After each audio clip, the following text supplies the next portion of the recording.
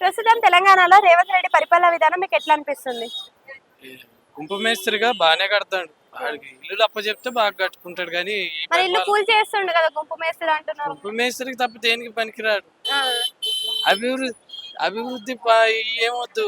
పేర్లు మార్చాలా, తెలంగాణ తల్లి పేరు మార్చాలా, అసలు తెలంగాణని మార్చి పారేసి ఆంధ్రాలో కలిపే అంటే నిన్న స్టాచ్యూ ఇనాగ్రేషన్ కూడా చేశారు కదా, మన సెక్రటరియట్ లో మధ్యలో తెలంగాణ తల్లి అని పెట్టారు. సో చాలా మంది దాని గురించి వ్యతిరేకంగా మాట్లాడారు. అంటే అమ్మకి మొత్తం ఖాళీ చేసి పెట్టేసినారు అని చెప్పేసి.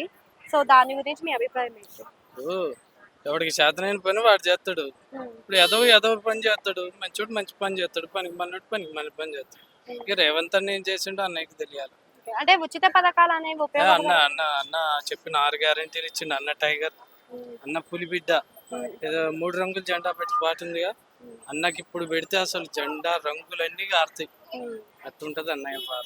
అంటే కేసీఆర్ పరిపాలన 10 ఏళ్ళు చూసిండు కదా, మరి ఇప్పుడు రేవంత్ అన్న పరిపాలన సంవత్సరం గడిచింది. రేవంత్ అన్న 10 సంవత్సరాలు ఏంది, ఇంకొక 15-20 సంవత్సరాలు కూడా ఏకదాటికి చేయగలిగే సత్తా ఉంది అన్నకి. అంటే నిన్న 9వ తారీఖు గవర్నమెంట్ ఉద్యోగాల పత్రాలను చేతిలో పెడతాను అని చెప్పి హామీ ఇచ్చాడు. మరి అన్న చేయలేదు. అన్న భూమి మీద నిలబడతాడో లేదో గానీ మాట మీద అయితే బరాబర్ నిలబడతాడు.